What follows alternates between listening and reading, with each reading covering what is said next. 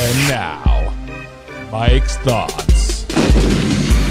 There is a team that lives in everybody's head rent-free.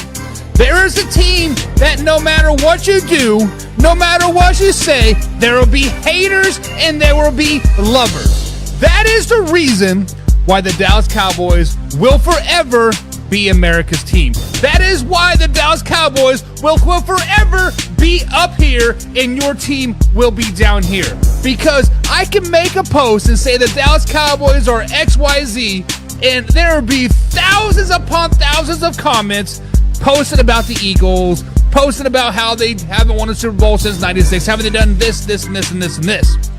The simple fact of the matter is the Dallas Cowboys is America's team. The Dallas Cowboys will forever be America's team.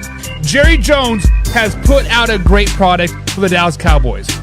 They may not live up to expectations every year. They may not do this and they may not do that. But the simple fact of the matter is they do their work and they do it well. When we speak about the Dallas Cowboys, you must put some respect on their name. When you talk about the Dallas Cowboys haters, you must just put some respect on their name. So with that being said, the Dallas Cowboys will and forever will be America's team. Cue that intro. Are you ready for the best damn NFL show on the planet? Man Hour Nation, rise up. Yeah, hey, let's go. Hitting that gridiron, we going hard, we running the plays. You know the vibe, only the strong survive. Gotta keep your head in the game. Talking NFL, uncut, straight raw. Steady bringing that sauce. We about to take off, get it hype. This man, our sport talk. Yeah, from the quarterback to the lineman, everybody bringing heat. You don't really wanna try them. Hey, who gon' win? It's a battle of the giants. This show is the flyest. Nobody can deny it. This is Man Hour. Sport Talk. Man Hour. Sport Talk. What team you reppin'? We keep it interesting. Who caught another down? Who got that interception? This is Man Hour. Sport Talk. Man Hour. Sport Talk. What team you reppin'? We keep it interesting. Who caught another down? Who got that interception? Let's go. And what is up, Man Hour Nation? Michael Buckeye Show with the Man Hour Show at manhourradio.com. Check out the blog section, of course. Check out the merchandise section as well.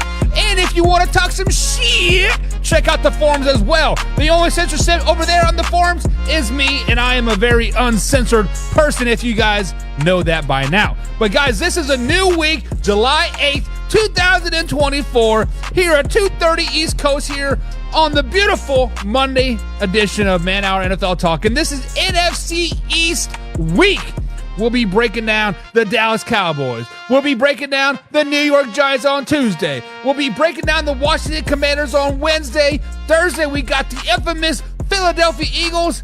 And Friday, we got the way or no way of the day. Put out all your questions. Put out all your feelers now because we want to answer any question because this is live. This is raw, and this is uncut NFL talk every Monday through Friday at 2:30 East Coast time. But if you are a pigskin pundit, you can become a pigskin pundit by clicking on the subscribe button below. If you are a pigskin pundit, the show starts a little early for you. Starting tomorrow, that's right, we bring back the Pigskin Pundit pre-show around 1:45-ish, 1:30-ish. We get the juices flowing. We start talking that shit about anything that you guys want to talk about. Anything you guys want to talk about. But speaking of talking about anything, gotta welcome some people in the chat. Got John Pebbles in the chat. He says, broke down to Brokeback Mountain. Always with the Cowboys jokes. Always with the Cowboys jokes. James Chambers in the chat as well. He said he missed the AFC West talk last week. I can't remember that comment. I saw it somewhere but nonetheless, James, you can check out all the AFC West talk from last week. You can go to our YouTube channel, youtube.com/Man Hour. We have all the clips over there. We have the videos over there. We have the lives over there. And of course, I posted all the AFC West movie per se on Saturday, and I can send you the link as well. We got all 4 or all 5 shows on there actually for a nice long chat there. So welcome back to the show. We got my man Mark D is back in the chat today. Speaking of D, he says, I predict the Eagles are winning the East. That's okay. I predicted the Eagles will probably be last in the East. Maybe. I don't know. Spoiler, I guess. It is what it is. But guys, welcome to the chat. We also got Jim Powell in the chat as well. He says it's the Cowboys. No one cares except us Raiders fans who are waiting for the Raiders to Raider and get Dak early. So Jim says Raiders are going to suck. Jim says the Cowboys are going to suck, and they're going to make a trade to get Dak Prescott. If they make a trade to make Dak Prescott, that is the most Raiders thing ever to do because Dak Prescott's up for a contract at the end of the year, and I believe he has a no trade clause as well. I am correct. He does have a no trade clause. Thank you. So I don't know. John says, don't worry, bunch of my Raider bashing. It's not bashing if it's facts, Jim. It's not bashing if it's facts.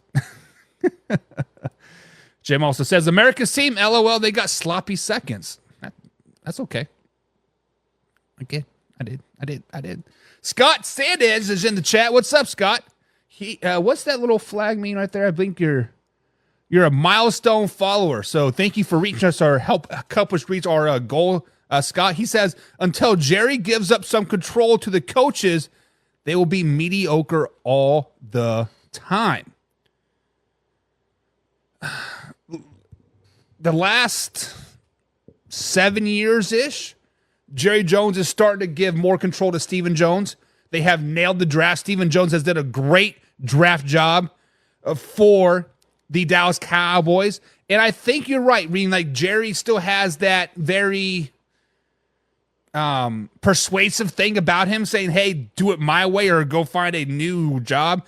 And that has kind of been the biggest thing about the Dallas Cowboys is their head coach has always had to been a yes man. And that's why Jason Garrett did stay around for as long as he did, because he was the yes man. He was the ultimate fall guy, but he was always a yes man, yes man, yes man. So I get it. With that being said, Mark says Jerry Jones said they were going all in, and meanwhile, crickets. And that is a perfect segue to my first question of the day about the Dallas Cowboys before we get to the schedule breakdown of their 2024 seasons. It says, I got to ask the question, did the Dallas Cowboys get better this off season? Many people like Mark said crickets. We heard crickets all off season.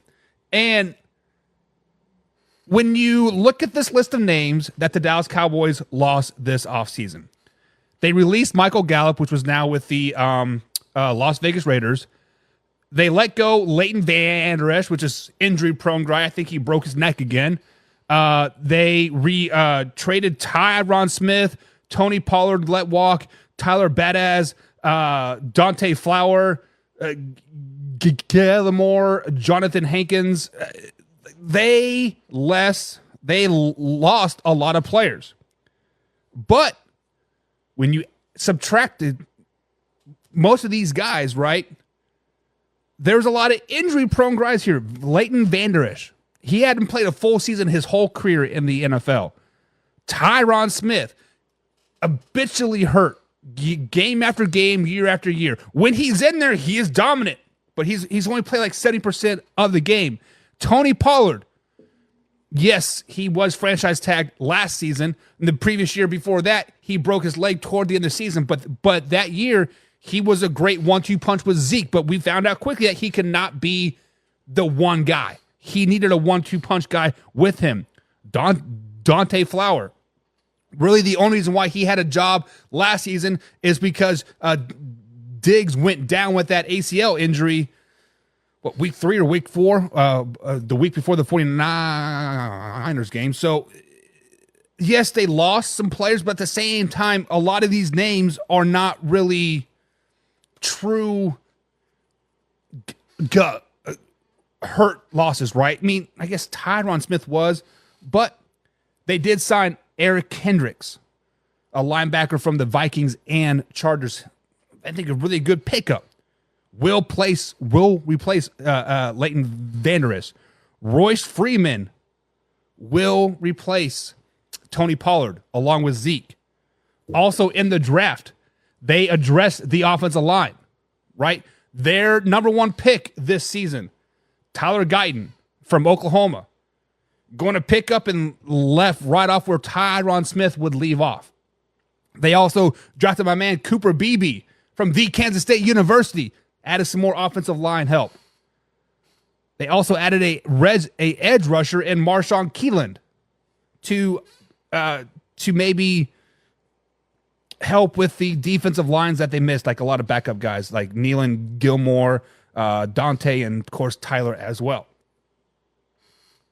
But the most important addition that the Dallas Cowboys had this offseason was their 6th-round pick. Their sixth-round pick, Ryan Florney from Southeast Missouri State. This man was a captain. He led his team to 1,000-yard receiving in 11 games, twice when he was with Southeast Missouri State. He is going to be a diamond in the rough, and he'll pick up right where Michael Gallup left off. So to say that the Cowboys did nothing all offseason, crickets, going all in, the Dallas Cowboys did not have to add a lot to their team to, quote, go all in. They addressed some of the biggest losses this offseason. Tyron Smith it's a big loss, but at the same time, he was always injured. Tyler Guyton, nice young offensive tackle from Oklahoma. Going to feel his roles just nice. Tony Pollard, kind of a crappy season last year. Let's just be flat and honest. You get Royce Freeman and Zeke to replace him.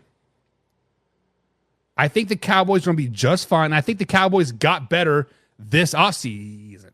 I think the Dallas Cowboys are a team that right now many people are sleeping on. Was it Mark that said he has the Eagles winning it or something, or the Cowboys being last place? Like, don't be sleeping on the Dallas Cowboys. They got better this offseason. And John says, no effing way. No effing way the Dallas Cowboys got better this offseason. They did. That's just a point. They did. Eric Kendricks replaces Leighton Vander Esch. Better. Well, how is he better? He's going to be on the field for 17 games more than likely. Tyron Smith out. Protecting Aaron Rodgers now. Insert first draft pick, 29th overall, Tyler Guyton. Better than Tyron Smith. Why? Because he's going to probably play a full 17-game season. You are not going to have him for 10 games, 11 games. Michael Gallup was a kind of a shocking loss to me. But let's just be honest. Michael Gallup was 4th, 5th on that receiving core anyways, with CeeDee Lamb, Brandon Cooks, Talbert, right? Jalen Brooks as well. Michael Gallup was the odd man out. So why not just let him ride off into the sunset? Go somewhere, maybe the Raiders can make him a top 10 receiver. I doubt it. But the Dallas Cowboys did get better. Mark says Cowboys are in trouble. They have to extend Dak and still have to pay CD and Micah. So first things first is the Dallas Cowboys will work out a deal with Dak Prescott. So Jim, Dak is not going anywhere. The Dallas Cowboys will work out a deal with Dak Prescott. Dak Prescott is a top 10 quarterback, a top 5 quarterback in the NFL. There are only a very few amount of quarterbacks that I would take right now over Dak Prescott. Josh Allen, maybe Jared Goff, and Patrick Mahomes. Other than that, give me Dak Prescott. Dak Prescott is a top 5 quarterback. He will get signed. He will get extended, whatever you want to call it. It is going to be a very lucrative deal, but the Dallas Cowboys are smart. They're going to backload that money. They're going to make it a 10-year deal and spread it out among those years. But Dak has said publicly that he wants to be a Dallas Cowboy. And I feel that a hometown discount will be in effect for Dak Prescott. Now, CD and Micah, obviously they need to get paid. I believe CD Lamb is entering his final year of his contract, if I'm not mistaken. Micah is entering his final year as well. They can get franchise tagged. They can be pushed out for another year or two still. The current needs right now is Dak Prescott, franchise tag CD, franchise Micah, and then let your smart people, your CPAs, your financial gurus figure out the salary cap, maybe manipulate it just like the Denver Broncos did back when Peyton Manning was a Denver Bronco. Let them figure it out. Backload the money, convert all that money into signing bonuses or something. They will keep all three guys. They will keep all three guys, and they'll be just fine. They'll be just fine. John says, stop the run, and Dak gives you 5 or 6 away. Don't make the playoffs. Cowboys are toast. So the biggest downfall for the Dallas Cowboys the last couple seasons have been costly turnovers. I will give you that. The biggest downfall for the Dallas Cowboys the last game was the defense. The defense has been the issue for the Dallas Cowboys the last 3 years. Yes, I know Dan Quinn turned that defense around, made the defense a top 5 defense. Dan Quinn did put in a good system, but also Dan Quinn shit the bed when times get tough. When it's a big game, Dan Quinn shits the bed. Atlanta Falcons, 28-3. Do I need to remind you? Dan Quinn does not know how to make that defense step up for big games. He is now gone. He is now the Commanders' head coach. We'll be talking about the Commanders on Wednesday. I have a special guest getting ready to join us, Michael Brothrough. He loves his Commanders. I'm going to dog him. Flat out, I'm going to dog him all show long. The reason why a lot of these interceptions that Dak throws is trying to get the Cowboys back into the game because the defense has shit the bed the previous quarter, the previous drive, the previous 3 drives. Dak Prescott did really good last season. Yes, he had some costly interceptions, but I was trying to get them back into the game. You cannot put all that blame on Dak Prescott. James says, typically good teams that have quiet off seasons come back better. I agree. The Dallas Cowboys did not have a lot of holes to fill. Yes, they lost a lot of backup players. Keywords there, backup players. Bring in Royce, Zeke, Rico Dunwilly, Eric Kendricks. Cowboys got better. James also said the Eagles are going to try hard and install a new look offense to get Saquon involved, and that causes them to take a step back. We'll be talking a lot about the Philadelphia Eagles on Thursday, and I think the Eagles take more than just a step back. I think the Eagles are in complete rebuild mode, especially after this season. Jim says, Cowboy fans wear tassels and their pink cowboy hats. Nothing wrong with that. I like a good pink cowboy hat. Scott Sandage says, Jerry Jones is a financial wizard and will work out all those deals. Thank you, Scott. And if he can't figure it out, there's other people that can say, hey, let's try this. Let's try a little bit of this. I mean, honestly, this is a good problem to have. You have 3 of your star athletes on contract years. Put up or shut up. John says, have to go back to work, by the way. Cowboys suck. John, we'll see you on your way home, man. Drive safe. Cowboys do not suck. I think the Cowboys got better this offseason. However, is this a make or break year for the Dallas Cowboys? Is this a make or break year for Mike McCarthy? Is this a make or break year for Dak Prescott?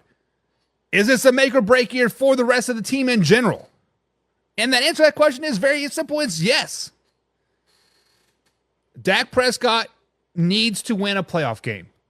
Mike McCarthy needs to win a playoff game.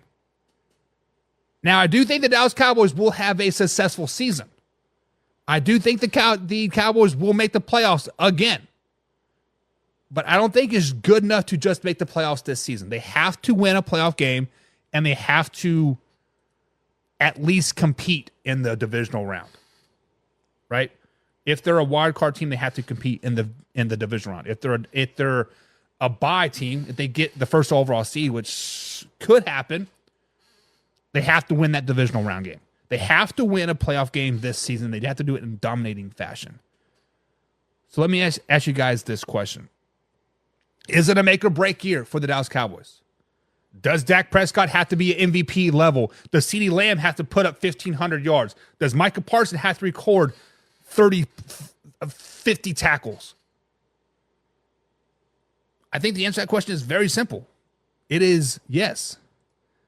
It is yes, and I think it's pretty cut and dry. Win me a playoff game, and you'll be okay. James says, I'm betting the over that short of a Super Bowl win, Mike McCarthy gets fired and Jerry Jones hires his buddy Belichick. Mike McCarthy, there always is a fall guy for the Dallas Cowboys, and it's usually the head coach. Whether it's Jason Garrett, whether it's Kellen Moore on the offense, right, which is still a stupid offensive play call to put Zeke at center, but we digress. And then this year is going to be Mike McCarthy. There is going to be a fall guy. At the same time, Mike McCarthy has been pretty successful in Dallas, right? 11, 12 wins year after year after year. Mike McCarthy does put the Cowboys on leading Sports Center every week. Now, is that just the Cowboys name or because of Mike McCarthy? We can debate that at a different time. But either way, his decisions puts him on front page news game after game, week after week. I think Jerry Jones still wants that yes man as the head coach. And I'm not for sure if Bill Belichick would be that yes man. Now, it makes sense. Take a year off, collect your thoughts, kind of collude and like not wanting to go to Atlanta or whatever. Look into that, guys. There was a lot of collusion happening. But if that were the case, if Bill Belichick does come in and be head coach, general manager, whatever his title would be, does he step on Stephen Jones at that particular point? And if that were to happen, I think the Dallas Cowboys franchise, their longevity is at a crossroads. We're at the Y in the road. Do we want Bill Belichick to take over the Dallas Cowboys, or do we want my son Stephen Jones to take over the Cowboys? Because there would be a major power struggle, and I don't think the Dallas Cowboys can handle that right now. But I don't know. Kind of makes sense. I'll say it. McCarthy is a very good coach, and he will immediately find another job. See, we thought that when he got fired for the Green Bay Packers too, right? When Aaron Rodgers wanted him out, we're like, oh, he'll get a job. Was it 2 years before he found a job? I don't know. Scott brings up a great point. He says if Mike McCarthy goes, Mike Zimmer steps in. When they hired Mike Zimmer, in the back of my head, I'm thinking, that's the head coach in waiting. When I saw the Mike Zimmer hire, I was like, Mike McCarthy's days are numbered. Mike McCarthy instantly on the hot seat once they bring in Mike Zimmer. And it makes sense. Mike Zimmer is a former head coach. Did decent in Minnesota. Could never get them that playoff win. But at the same time, did put up pretty good offensive numbers. We'll see. But guys, this is a make or break year for the Dallas Cowboys. With that being said, let's jump into the 2024 NFL season. Let's jump into breaking down these games. Let's jump in to the week 1 matchup, The Dallas Cowboys travel to Cleveland, Ohio to take on Deshaun Watson and the Cleveland Browns. The Dallas Cowboys are going to be a team that is this season that is going to be hungry, that is going to be playing with a chip on their shoulder. However, I think this season they kind of start off rough. I think this season, in years past, they started off hot. 6-0, 7-0, right? Talk of the town, living everything right. But this game, everything points to the Cleveland Browns. At Cleveland, Deshaun Watson making his epic return finally, week 1. Nick Chubb's back. Tom Brady's first broadcast game, whatever. I like the Cleveland Browns in this game. Not because the Dallas Cowboys are not a good team, not because the Cleveland Browns are a bad team. It is because of the running game of the Cleveland Browns. There's going to be a common theme here throughout the show, and it is the running game. Last season, when the Dallas Cowboys lost games, it was versus teams that could run the ball effectively over and over and over. How do you defeat Micah Parsons? Run right at him.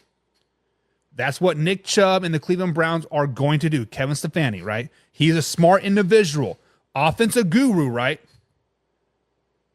With that being said, run right at Micah, and I think they're going to do that over and over and over. Open up that passing game. Amari Cooper wants to give it to his old team.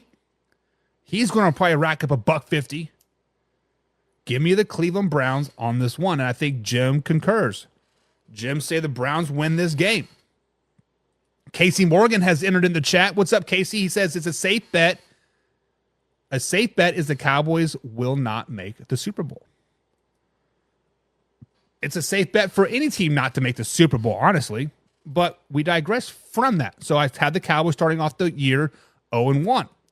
Week 2, they're at home, taking on a team that many people are kind of sleeping on, maybe. When you look at the off-season talk, the Saints are just kind of flying under the radar. They lost Michael Thomas, right? Derek Carr, kind of on the hot seat. The Saints, as a general, don't seem to be that good. I'm starting to scout some of their film, starting to get prepared for the NFC South breakdown happening in 3 weeks.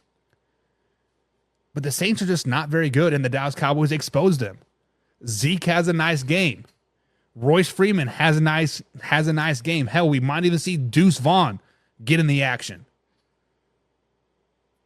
I don't have any faith in the Saints whatsoever this season, and I think the Cowboys win this game, making them 1-1 on the season. Sorry, had a brain lapse there. Making them 2-1 on the season. Give us a week 3 matchup. Back at home, Baltimore Ravens come into A&T Stadium to take on the mighty Dallas Cowboys. If you guys haven't noticed yet, the Baltimore Ravens have a very tough first 3 weeks of the season. They play the Chiefs, they play the Raiders, and then they play the Cowboys. This is the game I've been kind of going back and forth on all day long. When I was breaking it down, when I was making my notes, I'm like, man, really? Really? But listen to the common theme I said about week 1. Running games are going to be the Dallas Cowboys' Achilles heel most of the season. And what did the Baltimore Ravens do very, very well? They run the ball very well. Not only with Lamar Jackson, but with the plethora of running backs that they've had.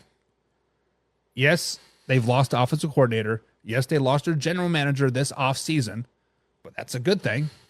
They bring in King Henry, and I think they hit him in the mouth. I think the Ravens run all over the Dallas Cowboys, giving them a 1-2 start on the season. Listen to the common theme. Run stopping is the problem for the Dallas Cowboys right now. Micah Parsons kind of getting exposed. Micah Parsons is kind of not maybe the man, the myth, the legend that we all thought he was. Casey Morgan pops in and says, both teams suck. Both teams suck, he says. Jim says, you already know. Ravens hit him in the mouth after losing to the Raiders. Okay. So Casey says, so you're saying the Ravens' first three games is the good, the bad, and the ugly. Yeah, I mean, I guess you can put it that way. And James says this is Henry's first game. He's going to go off. Hopefully it's his third game by this particular point, but I think he goes off. I think he puts Micah Parsons on his ass several times in this game. But I have them starting off the season 1-2 so far. Losses versus the Browns and the Ravens, their lone win versus the Saints. Give us a week 4 matchup on the road. Traveling to New York to take on Daniel Jones and the New York Football Giants. With this being said, talk about hot seats. Everybody on the New York Giants right now is on the hot seat. Everybody in a New York Giants NFL-issued logo shirt is on the hot seat right now. Brian Daboll, Daniel Jones, the rest of the offense, the rest of the defense, general manager, everybody is on the hot seat in New York. And they feel the pressure week after week after week. They feel the pressure each and every day. They feel the microscope skidding down on them. And they shit the bed versus the Dallas Cowboys. Do you guys remember last year when the Dallas Cowboys shut out the New York Jets? Was 30-0, and they just flat out flexed on the Jets all game long? I can see this week 4 game happening the same way. The Dallas Cowboys go into MetLife Stadium, put up a 30-burger, shut out the Giants, and Daniel Jones trips over the line at least 3 or 4 times running from his life for Micah Parsons. Micah Parsons steps up and has a great game. Why? Because the New York Giants have no running game. Nothing to worry about him getting ran over. Micah Parsons pins back the ears and sacks Daniel Jones 5 times. For the last 3 weeks, we've heard Micah Parsons just not it anymore. Micah Parsons overrated. Micah Parsons this. He comes out and he shows that he's not overrated. He's still a really, really good guy. Still a really, really good guy. Jim says, I wish I had 2 Kentucky hats, one to shit on and one to cover it up with. F your cards. F your cards. James says, Daboll loses his job in New York. Buffalo fires McDermott and brings in Daboll back to Buffalo and head coach of 2025. Can this man get any more clear of what's going to happen? James, slow it down, baby. I know they have released a script, but damn. Damn. If this were to happen, the Buffalo Bills kind of have to shit the bed, I think, this season. 8-9, 9-8 for that to happen. But I think McDermott is definitely on the hot seat. But I had the Dallas Cowboys beating the New York Giants week 5. Get us a week 4, giving us a week 5 matchup. Week 5 matchup. This is the game that I think I have circled on the calendar. I've looked at several week 5 games that, man, I like this game. I like this game. I like this game. I'm going to sit down and obviously we're going to air it for the pigskin pundits, and we're going to talk shit during each and every week. But this week 5 game is the game that I have circled. I'm like, hey, we might do this game. The Pittsburgh Steelers are a really, really good team. Top 5 defense, pretty good offense. Basically, their quarterback has to not suck, and the Pittsburgh Steelers could potentially win the AFC North. The Dallas Cowboys right now are a 2-2 team. They are struggling. They are treading water, right? They're treading water in the deep end, and there's a lot of, whoa, you should have paid Dak. You should have paid Micah. You should have done this, and this. There's a lot of turmoil happening around the Dallas Cowboys franchise right now, and I think they come up to Pittsburgh, Pennsylvania, home of the worst roads in America, and they hit a pothole and they shit the bed. They've gone back and forth. Loss, win, and this is a week 5 game is going to be a loss. I think Russ is just good enough to beat the Dallas Cowboys. I think that defense for the Dallas Cowboys is just bad enough to where they can't stop Najee Harris. I think Najee Harris has a nice 100-yard game, 150-yard game. Common theme for the losses. Can't stop the run. Dallas Cowboys cannot stop Najee Harris and the Pittsburgh Steelers in this run, giving them a loss, making them 2-3 on the season. James is making up for last week. Love your dedication, James. Giving us a rematch, week 6. Hang on. Coach, I'm eligible. Don't tell me, tell the ref. Referee, I'm eligible. No, you're not. Week 6, the Detroit Lions come down to AT&T Stadium to take on Dak Prescott and the Dallas Cowboys. Last season, it was the NFL Classic, right? Coach Dan Campbell went for it 3 times on 4th down, and the Dallas Cowboys denied him all 3 times. Controversy call, whatever you want to call it, but at the end of the day, the Dallas Cowboys beat the Detroit Lions 21-20. Week 6 is the matchup. Week 6 is the revenge game, right? The Detroit Lions are going to come in there, stick it to the man, say, ha, see, we beat you guys last year, we beat you guys again this year. Well, guess what?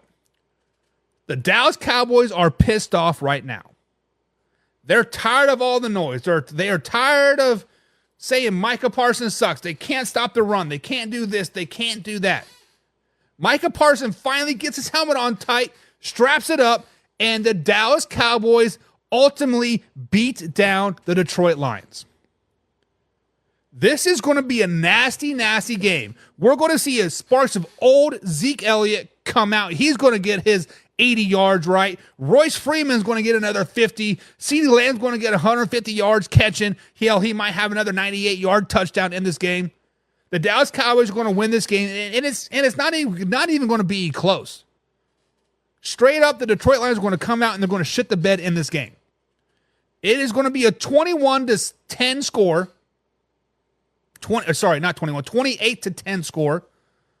And the Dallas Cowboys look like a Super Bowl team. The Dallas Cowboys are a team on a mission. The Dallas Cowboys are a team that's, hey, now we rolling. Now we rolling. Taking us into the bye week. Zeke Elliott just had his nice first game of the season. Dak Prescott still doing work. The biggest question going into the bye week for the Dallas Cowboys is the defensive front 7. Years past, they've had one of the top defensive front 7s. This year, they are struggling. Micah Parsons is struggling. Eric Kendricks is struggling. The rest of the team is struggling. Gay, etc. They take this bye week, and I anticipate them making some type of play. I anticipate them trading for a defensive tackle. Maybe potentially another edge rusher. Maybe a linebacker. I think the Dallas Cowboys are very active in this time of year, bringing in somebody to help Micah Parsons, to help solidify that front 4, to solidify the front 7. They are looking for somebody to come help them, and I think week 7 is when they finally do that. But right now they're 3-3 going into week 8, taking on AFC champions at Santa Clara, California, the San Francisco 49ers. The 49ers are a team we talked about must win with the Dallas Cowboys. The 49ers are in a must-win situation in 2024 as well. The San Francisco 49ers are a team that their Super Bowl window is closing rapidly. Brock Purdy wants a deal. Brandon Ayuk wants a deal. Let me retract that. Brock Purdy doesn't want a deal, but Brock Purdy will get a deal. $50, $60, $70 million. He will be the next highest paid quarterback. No question about it. Brandon Ayuk wants his money. Debo got his money. 49ers are a team that you kind of have to win now or may not ever see them produce Super Bowl bursts again. With that being said, common theme for the Dallas Cowboys. I'm going to repeat it again. Can't stop the running game. However, the San Francisco 49ers have come out and said that CMC will touch the ball less this regular season. CMC will kind of be on a, quote, a pitch count type of thing. But it doesn't matter. I think the 49ers are a little too much for the Dallas Cowboys in this Week 8 game. Hell, it might be another blowout. Might be 35-7. The 49ers come out and they flex on the NFL. They flex on the Cowboys. And this game it's never really close. This game is never really close. And it ultimately kind of opens the eyes for the Dallas Cowboys. Like, man, maybe we're not that good. Maybe we are bottom feeders of the East. Maybe it is time to blow this thing up.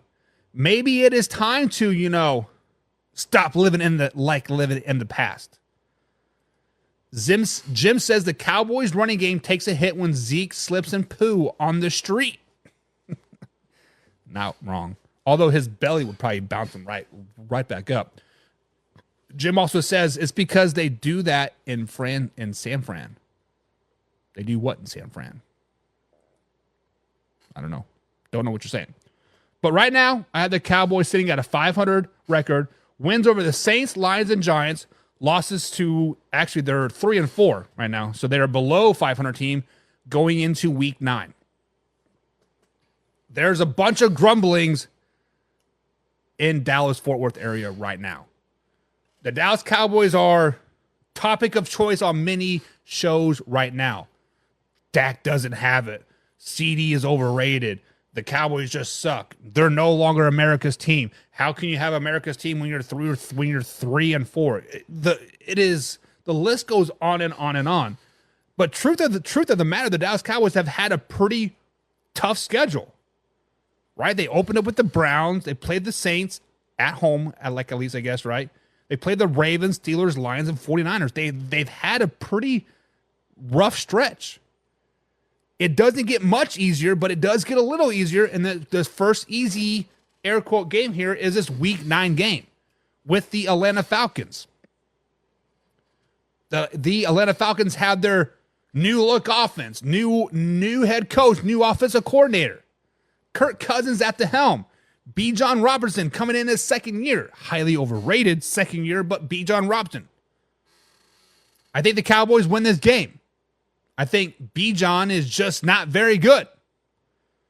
I think the Dallas Cowboys front seven finally steps up and is a top 5, top 10 defense in the NFL. Mike Zimmer has finally fine-tuned that defense to his liking, and now they're going to start to pile on people. I think the Atlanta Falcons lose this game. I think the Dallas Cowboys go into 500 mode, going into week 10 at home, taking on a bad Philadelphia Eagles team. Jalen Hurts and the Philadelphia Eagles will digress this season. We'll do a complete breakdown of them on Thursday, but I'm telling you, the losses that the Eagles have suffered this season, all of the offseason talk that they've had this year, like how can you go from 10-0 and miss the playoff or barely almost miss the playoffs, got to them this offseason. I think Jalen Hurts is a very, very overrated, overpaid quarterback. Jalen Hurts had one good season, led them to the Super Bowl, got lots and lots of money, and hasn't done shit since. First 2 seasons, shitty. Third season, great. Year 4, bad. They paid A.J. Brown, right? They're paying Devontae Smith. The point of the matter is the Eagles have taken a lot of steps back, just not one, not just 2, but 3, 4, 5, 6, and the Dallas Cowboys exposed them in this game. The Dallas Cowboys are now on a 2-game winning streak, and they're playing really, really good football right now. The Dallas Cowboys are looking like a team that could potentially go to the Super Bowl. Jim Powell says, no Kelsey, no line for the Philadelphia Eagles. We'll be talking about that a lot on Thursday. Week 11, the Battle of Texas. Houston Texans flying high, looking great. The Dallas Cowboys, 2-game winning streak. Winners of 3 of their last 4. Above 500 for the first time this season. Looking pretty good. Houston Texans are a really good team. Let's not throw any shade on the Houston Texans. Last season may have been a fluke. A drop pass got them into the playoffs, ultimately won a playoff game, but this offseason they got better. They added another receiver and Stephon Diggs. They added defensive line and Daniel Hunter. They added some linebacker help. When we break down the Houston Texans, I'm shockingly surprised of like how much better they actually got. But I think it is too much Dallas Cowboys in this game. Dallas Cowboys at home beat the Houston Texans. Jim says CD teaches old head a lesson. Dallas Cowboys have now winners of the 4 of the last 5, 3 games in a row. They are 6-4 on the season, atop of the NFC East, going into Week 12. Taking on Jalen Daniels, rookie quarterback in the Washington Commanders at Washington, D.C. This is a game that I'm just like, I had the Cowboys losing this game. Why? Because every time the Dallas Cowboys start to do well, every year, every week, every season, they have a game like this. They have a game where they just simply do not show up. They have a game where the defense is going to be a vanilla defense and Jaden Daniels is too good of a rookie quarterback to go against a vanilla defense. I think the Washington Commanders in the Dallas Cowboys 3-game winning streak, this Week 12 game, kind of at the right time, because the Dallas Cowboys were starting to get that big inflated ego. The Dallas Cowboys fans were starting to pump their chests like a little bit. The Dallas Cowboys fans were, hey, Super Bowl bound, baby. This loss to the Washington Commanders kind of deflates that ego, but also kind of gets them right at the right time. Give us the Week 13 matchup. Daniel Jones and the New York Football Giants come back into Texas Stadium, AT&T Stadium. The Dallas Cowboys win this game. Another flexing. It could be another shutout game, another 30-0 game. Dallas Cowboys sweep the New York Football Giants. Give us a Week 14 matchup.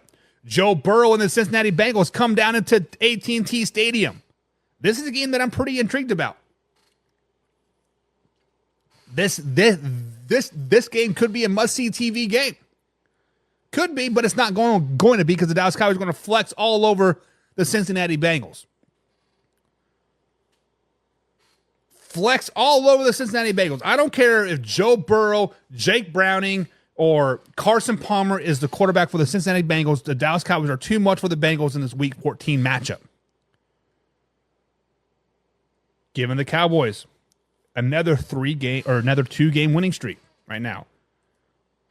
Potentially going into 3. And guess what? They do get a 3-game winning streak. They go into Carolina and they beat down Bryce Young and the Carolina Panthers, a bad Carolina Panthers team. Another 3-game winning streak. Another Super Bowl caliber team. Another talk of the town. Another like, hey, who can beat us right now? We've already beaten the Eagles. We've already beaten the Giants. We've already beaten whoever else. We've beaten the Lions. The Cowboys are going to the Super Bowl at this particular point, right? Week 16. Tampa Bay Buccaneers and Baker Mayfield come into town. Dallas Cowboys love ruining the Tampa Bay Buccaneers season year after year after year. Whether Tom Brady is the quarterback, Jameis Winston is the quarterback, or Baker Mayfield is the quarterback.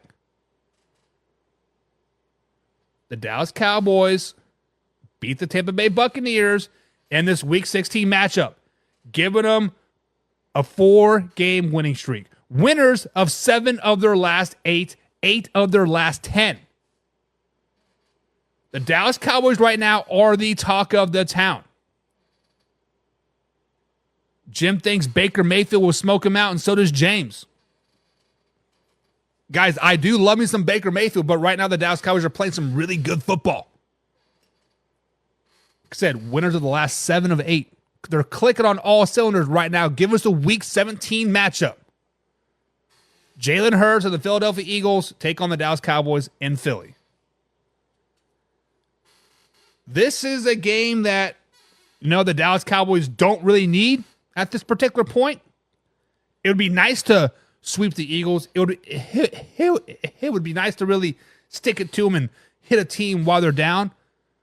But just like the Commanders earlier in the season, the Dallas Cowboys always find a way to F up toward the end of the season. As the the Dallas Cowboys toward the end of the season. They win this game, they probably wrap up the division. If they win this game, they're guaranteed a home playoff game. They're probably second seed in the NFC playoffs. Weather will definitely be a deciding factor of this game. James is correct. And I think the Eagles win this game. I think the Dallas Cowboys are kind of overlooking the Philadelphia Eagles right now. There has been a lot of talk of resting players. There's a lot of talk of, hey, just win one out of your next two, and you guys will win the division. This, and this, and the Cowboys come up and shit the bed on the road again, dropping the 4-game winning streak. Losses versus the Commanders and the Eagles. Oof. Give us a Week 18 matchup. Jaden Daniels and the Washington Commanders come into AT&T Stadium. Commanders already beat the Dallas Cowboys earlier this season. The Dallas Cowboys right now should be atop of the NFC East. Giants are bad. Commanders are bad. Philadelphia Eagles are not very good either. When we look at the Commanders and look at the Cowboys game, this is the must win for the Dallas Cowboys. The Dallas Cowboys have to win this game to win the division, to seal their playoff fate, to potentially make a playoff run, and the Dallas Cowboys come out and they finally beat the Commanders. 17-10, 17-16 is a nice close game. Dan Quinn's epic return back to the AT&T Stadium it's spoiled, and the Dallas Cowboys win this game. So the Dallas Cowboys have won 1, 2, 3, 4, 5, 6, 7, 8 games since their bye week of week 7, giving them 11-6 record on the season. I had the Cowboys going 11-6 on the season, struggling early in the season, losing to the Browns, Ravens, Steelers, and 49ers. But the second half of the season, they get hot. Once that 49er game's hit, the Dallas Cowboys get hot. They drop a game to the Washington Commanders. They drop a game to the Eagles that they shouldn't have lost, but they do. It happens every year. A team just forgets to show up. I think the Cowboys go 11-6. I think the Dallas Cowboys are probably atop of the NFC East at this particular point. Now, stay tuned. Maybe the Commanders can get hot. Maybe the Giants can get hot. Maybe the Eagles won't be as bad as I've said they were. But I think right now, the NFC East is the Dallas Cowboys division to lose. I think it is. So with that being said, guys, do you agree? Do you like the Dallas Cowboys going 11-6? Is it too generous? Is it not enough? Can they beat the Commanders and Eagles and go 6-0 in the division and go 13-4? Very good potential, very good possibility. You know how last Friday we talked about maybe the AFC West is the worst division in football? Maybe it's the NFC East. I said it was the NFC South, but now looking at the NFC East, watching their film, really getting ready to break down the rest of the week, the NFC East is not very good either. But with that being said, guys, see you tomorrow. Same time, same place. We out.